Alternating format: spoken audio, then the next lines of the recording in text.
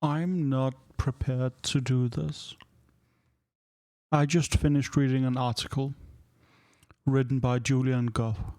I'm not sure. It's an Irish name I don't pronounce. He wrote the end poem from Minecraft. And he never signed the rights away. And he wrote a very interesting article about it called I Wrote a Story for a Friend. And what he does is that he liberates the end poem. He puts it under public domain because he has the right to do that. And it's one of my favorite pieces of art ever.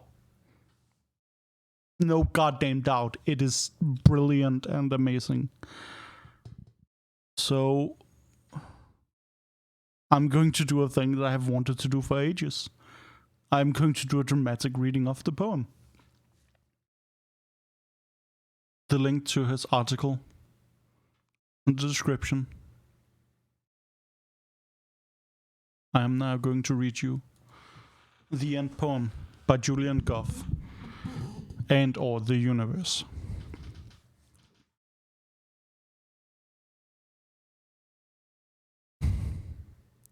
I see the player, you mean? Jolene? Yes, take care. It has reached a higher level now. It can read our thoughts. That doesn't matter. It thinks we're part of the game. I like this player. It played well. It did not give up. It is reading our thoughts as though they were words on a screen. That is how it chooses to imagine many things when it is deep in the dream of a game. Words make a wonderful interface, very flexible and less terrifying than staring at the reality behind the screen. They used to hear voices before players could read, back in the days when two did not play, called the players witches and warlocks, and players dreamed they flew through the air on sticks powered by demons. What did this player dream? This player dreamed of sunlight and trees, of fire and water. It dreamed it created, and it dreamed it destroyed. It dreamed it hunted and was hunted. It dreamed of shelter. The original interface, 1,000,000 years old, and it still works. But what true structure did this player create in the reality behind the screen? It worked with 1,000,000 others to sculpt a true world in a fold of the and create a for in the It cannot read that thought. No, it has not yet achieved that highest level. That it must achieve in the long dream of life, not the short dream of a game. Does it know that we love it, that the universe is kind?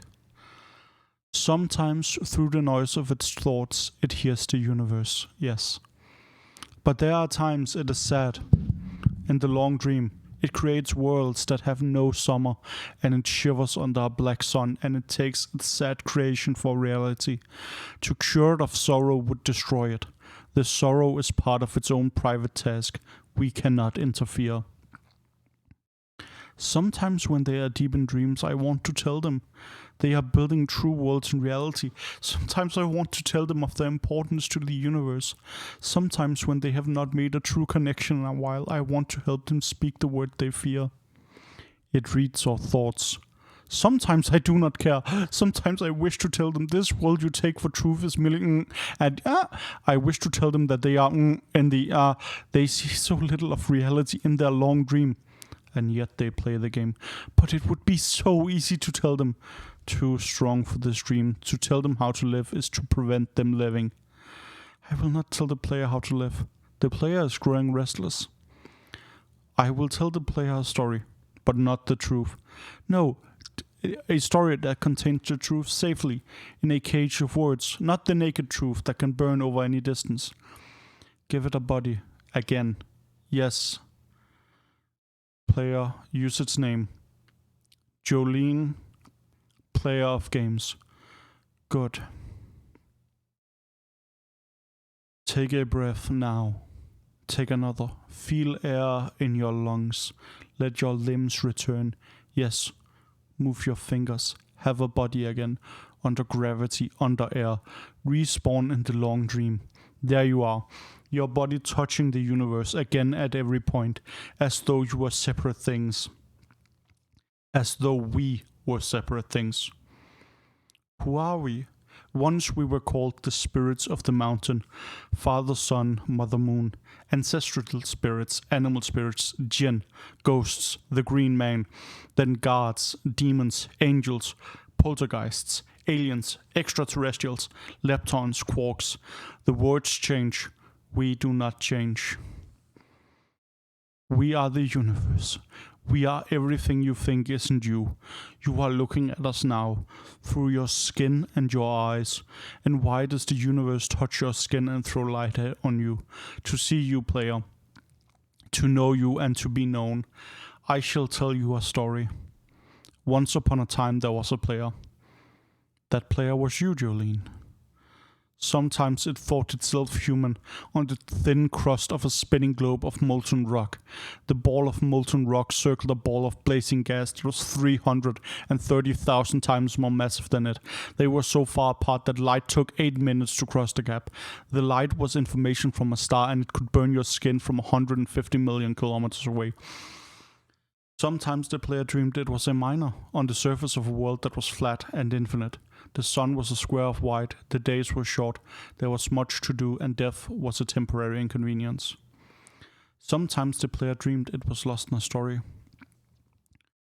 Sometimes the player dreamed it was other things, in other places. Sometimes these dreams were disturbing, sometimes very beautiful indeed. Sometimes the player woke from one dream into another, and woke from that into a third. Sometimes the player dreamed it watched words on a screen. Let's go back. The atoms of the player were scattered in the grass, in the rivers, in the air, in the ground. A woman gathered the atoms. She drank and ate and inhaled, and the woman assembled the player in her body. And the player awoke from the warm, dark world of its mother's body into the long dream. And the player was a new story, never told before, written in letters of DNA, and the player was a new program, never run before, generated by a source code of 1 billion years old. And the player was a new human, never alive before, made from nothing but milk and love. You are the player, the story, the program, the human, made from nothing but milk and love. Let's go further back. The 7 billion atoms of the player's body were created long before this game, in the heart of a star. So the player too is information from a star. The player moves through a story which is a forest of information planted by a man called Julian on a flat infinite world created by a man called Marcus that exists inside a small private world created by the player who inhabits a universe created by... Sometimes the player created a small private world that was soft and warm and simple. Sometimes hard and cold and complicated. Sometimes it built a model of the universe in its head.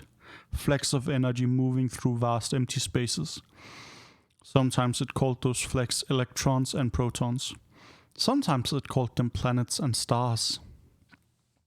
Sometimes it believed it was in a universe that was made of energy, that was made of ones and zeros, lines of code. Sometimes it believed it was playing a game. Sometimes it believed it was reading words on a screen. You are the player reading words, shush.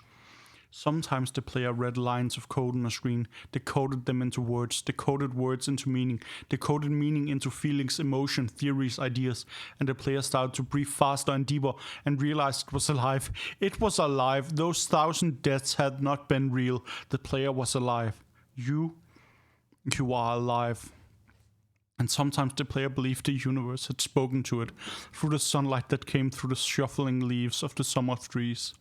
And sometimes the player believed the universe had spoken to it through the light that fell from the crisp night sky of winter, where a fleck of light in the corner of the player's eyes might be a star 1,000,000 times as massive as the sun, boiling its planets to plasma in order to be visible for a moment to the player. Walking home at the far side of the universe, suddenly smelling food, almost at the familiar door, about to dream again.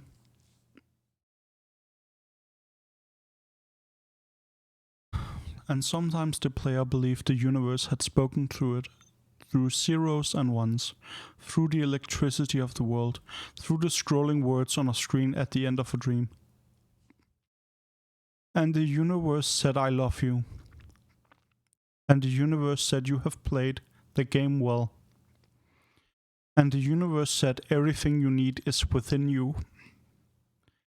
And the universe said, you are stronger than you know. And the universe said, you are the daylight. And the universe said, you are the night. And the universe said, the darkness you fight is within you. And the universe said, the light you seek is within you. And the universe said, you are not alone. And the universe said, you are not separate from every other thing. And the universe said, you are the universe, tasting itself, talking to itself, reading its own code. And the universe said, I love you, because you are love. The game was over, and the player woke from the dream. And the player began a new dream. And the player dreamed again, dreamed better. And the player was the universe. And the player was love. You are the player. Wake up.